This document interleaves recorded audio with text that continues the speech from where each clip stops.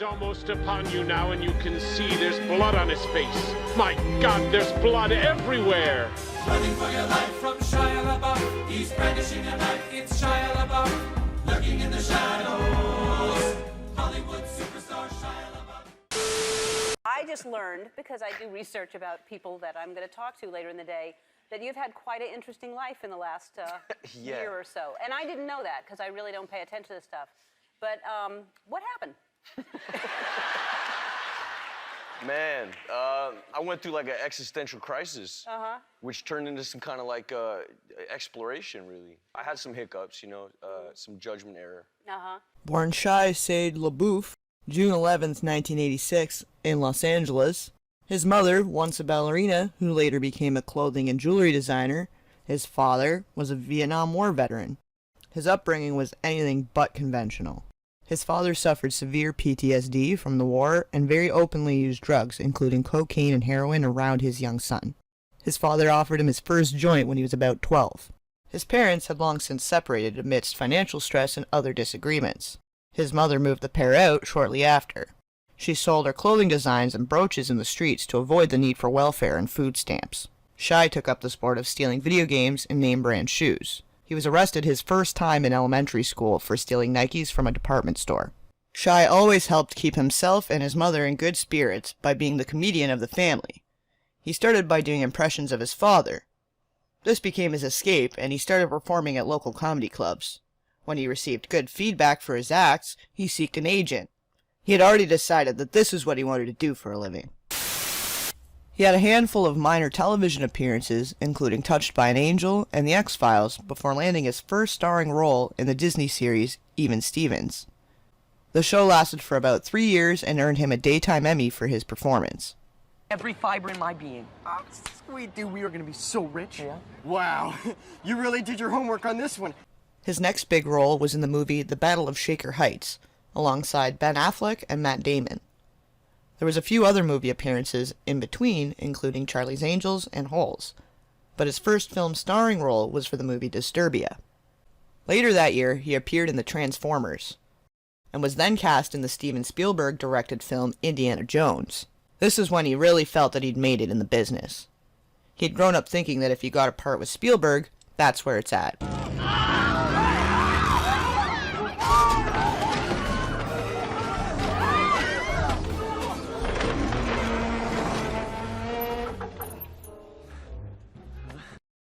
He managed to maintain many major film roles at a time, up until about 2013-2014, where he began taking only one role per year.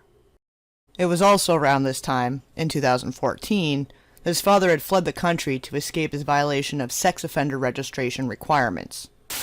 In the early 80s, Jeffrey LaBeouf was charged with the assault and intent to rape a minor. He was also charged with kidnapping and assault with a deadly weapon. He has now been living in Costa Rica in anonymity ever since, and was unable to attend Shia's wedding in 2016 to Mia Goth. I think this is the moment he realized money will never make him happy, and can't fix everything. Money was never the answer, was not the primary reason for his parents' separation. He was this international star, but inside he was beginning to crack. He still managed to squeak out the odd movie, but he began getting arrested on what seemed like a regular basis. Once was a confrontation with his neighbor, which led to his arrest for an alleged assault. Later, he was arrested for criminal trespassing at a Walgreens in Chicago. He's also collected various public intoxication and harassment charges. This was his very lowest point. After taking part in a program and finding sobriety, he struggled to find acceptance and understanding from the industry. Not long after, Shia decided to begin his own series of attention-grabbing performance pieces, the main ones being I Am Not Sorry in 2014, Introductions in 2015, All My Movies in 2015, Touch My Soul in 2015, Take Me Anywhere in 2016, He Will Not Divide Us in 2017, and Alone Together in 2017. I Am Not Sorry was the paper bag incident. People thought he was completely insane when he wore a bag over his head with I'm Not Famous Anymore in big black letters written across it, and took to the red carpet. It was a planned performance between he and two other artists, Ronco and Turner, and he was not sorry. For Follow My Heart, they broadcasted Shia LaBeouf's heartbeat online for 6 days. It had real-time audio and a graphic of his heart beating. It was meant as a reminder of how intimate digital space can get and how we are a collective humanity. Introductions was a half-hour video comprised of short monologues performed by LaBeouf in front of a green screen. It seemed like an exaggerated motivational speech. It was made into a Nike Just Do It meme shortly after. It was the most searched GIF in 2015 according to Google. Some people dream of success while you're gonna wake up and work hard at it. Nothing is impossible. You should get to the point where anyone else would quit, and you're not gonna stop there. No, what are you waiting for? Do it! Just do it! Yes, you can! Just do it! All My Movies was exactly as it sounds. An invite for the public to join Shia LaBeouf in watching all of his movies back to back. There was also a live stream feed of LaBeouf's face throughout the binge watch, presumably so you could see his reactions. Touch My Soul was a 4-day performance where artists manned phone lines and received calls from strangers, with the main purpose of the caller touching each artist's soul. Viewers were only able to hear one side of the telephone call, and over the 4 days they took over 1,000 calls. After, the artist said that the experience moved them. It was a mix of good energy, laughter, singing, silence, life stories, and just raw human emotions. Take Me Anywhere was where the trio posted their current location on social media and invited strangers to pick them up and take them anywhere. Their journey was tracked on a website in real time, and it was a month-long journey which was commissioned by the Boulder Museum of Contemporary Art. It took them all across North America, starting in Colorado, going across Canada, and then ending in Alaska. Here, flip it this way. Give me this shit. Yeah, we got Go ahead. we Here, got come too here, much come here, back. here. All right, what were we saying just now? What were you saying just now? Okay, so what happened was we're tracking the coordinates with 0 battery almost, and the coordinates changed. So Shia LaBeouf and crew We found him. Relocated, Yeah! but we found figured him. it out. We found him. We figured it out, and now we're here eating. And in the end was a staged performance at the Sydney Opera House. It was a 2-day ordeal where participants were invited to deliver a message inside an empty theater. The only rule was that it was mandatory for the message to begin with "and in the end." The length and context was up to each participant.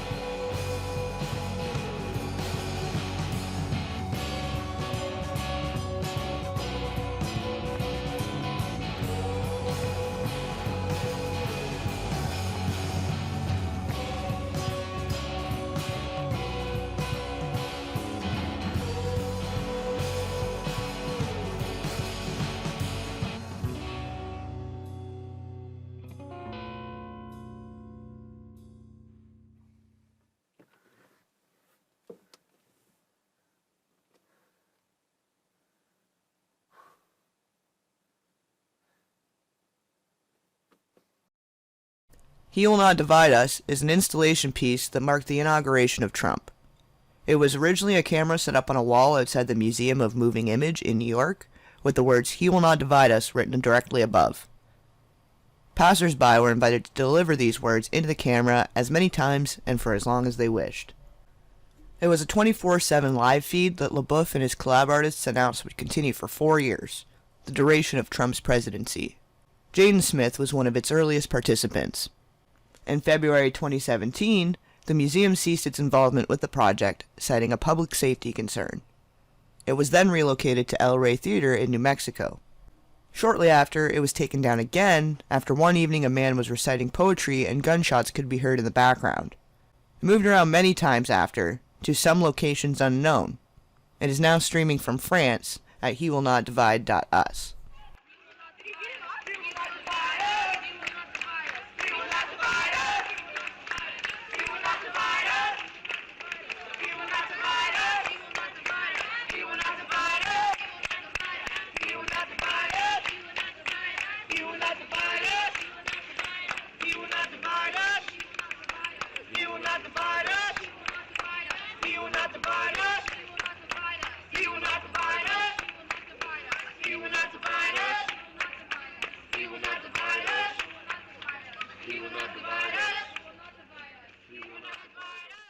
Alone Together was a 1-month isolation demonstration, where the three of them stayed in remote cabins, together but separately. Their only means of communication was a video link from their cabins to a live feed displayed in Helsinki's Kiasma Museum. Visitors were able to speak out loud to them, but they could only send text back, and could not speak to each other. A group of regular attendees formed around the performance, and they returned every day to connect with the artists and each other on a deeper, more meaningful level.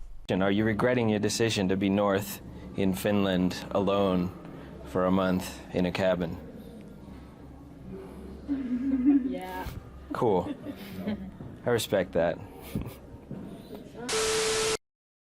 In 2015, LaBeouf also performed a contemporary dance number in a music video for Sia's Elastic Heart, which was met by a lot of controversy alone in itself.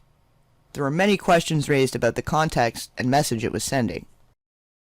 Yeah, I've got thick skin and an elastic heart, but your bloody might be too sharp. I'm like a rubber band until you pull too hard.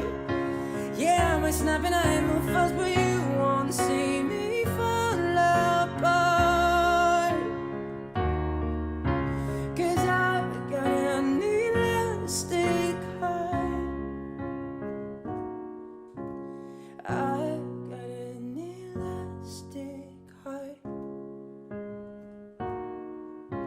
Yeah, I've got an elastic heart.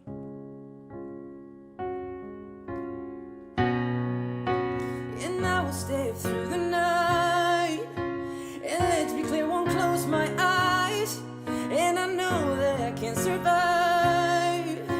I'll walk through fire to save my life. And I want my life so bad. I'm doing everything I can. Then another one bites the dust. It's hard to lose the chosen one. Throughout the different paths of expression, Shia is just trying to find his purpose, his true happiness. His entire life he's been trying to chase his demons away with money, fame, and alcohol, but money doesn't fix everything. Sure, it certainly makes one thing easier, basically covers the first 2 levels of Maslow's hierarchy of needs, so that makes life in general easier.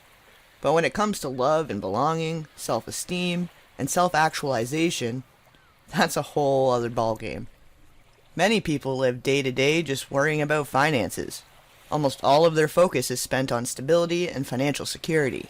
When you've fulfilled that, many people struggle to figure out what's next. They start to realize that there's more to life, and to finding inner happiness, than simply being financially secure. This is when a lot of the pain and anger tends to start seeping through, as self-actualization goes unattended. People tend to look at the surface and pass judgment swiftly and easily, based on one's current behavior. But not many will actually look beyond the stigma of crazy and see why a person is the way they are. We are all human beings, despite the popular belief that the rich and famous are on an entirely different level.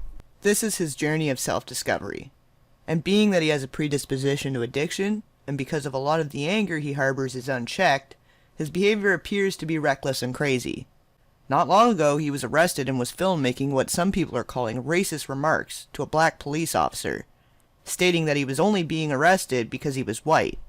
He was being fairly belligerent, but they did not disclose why he was actually being arrested. The officers seemed to purposely evade telling him what they were detaining him for. Copy 22 Alpha 1, 14 Alpha 12, detaining. What did I do to you, sir? You didn't do anything. 1240, Hold on. Copy 12, Put him in my car. We're gonna sit you in the car. You ain't got nothing in your pocket, do you? Copy 1232. Yo, watch. Make sure that you know my Get in the lawyers car. watch everything I'm glad. Get in the car. Get in the car. You're a dumb car. Dumb in the back of the car. I'm about my rights. I'm about my rights. You understand? It's no mystery that Shia struggles with his use of alcohol. A lot of people do, but not so many are publicly shamed. Imagine if every mistake you made was broadcasted for the world to see. It's like a vicious cycle. You're feeling shitty, you get drunk and you screw up. Then the world shames you. as if the guy doesn't struggle enough on his own. Meanwhile, most families tend to keep their lives private. Some people like airing out their dirty laundry publicly, but there's a reason most people don't. They don't want to be judged. Everyone has their moments in which they'd prefer to stay private matters. We haven't even gotten into the dark side of Hollywood. It's a dog-eat-dog world. Most people would step over their own mother for a shot at the big leagues. It takes certain types of people to make it in the industry, and not everyone is so callous, so they observe and absorb everything. They try and swallow it down and ignore it. These types of things can eat somebody alive. Also, let us not forget that LaBeouf started his career at Disney. We know how many child stars have turned out, especially Disney stars. And there's a reason. There are some pretty terrible people sewn into the fabric of the children's genre. Where there are child actors, there are vultures, preying on their naive and trusting nature, often with encouragement from the parents.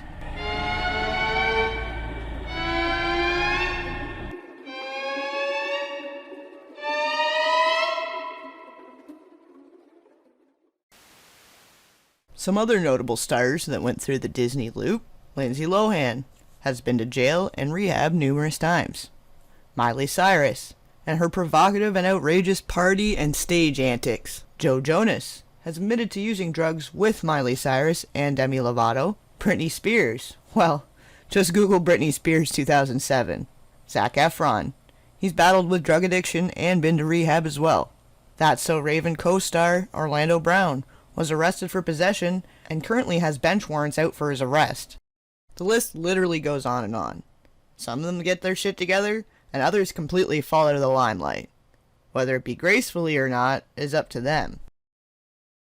Take the child actors Cole and Dylan Sprouse, for example, from the Disney show The Sweet Life of Zack and Cody, which later spun into Sweet Life on Deck. They began by starring on the Adam Sandler film Big Daddy, then went on to Disney. But shortly after, they decided to retire their acting careers and enrolled in New York University. At the time, they were considered the wealthiest children alive, earning $40,000 an episode combined. They've made great choices and are becoming well-rounded adults. Recently, Cole returned to the acting scene to play Jughead Jones in the Netflix show called Riverdale. I guess there is still time for everything to all change, and there are many factors that it all depends on. Many actors have acted out or seemed crazy at some point, only to come back and be accepted and revered.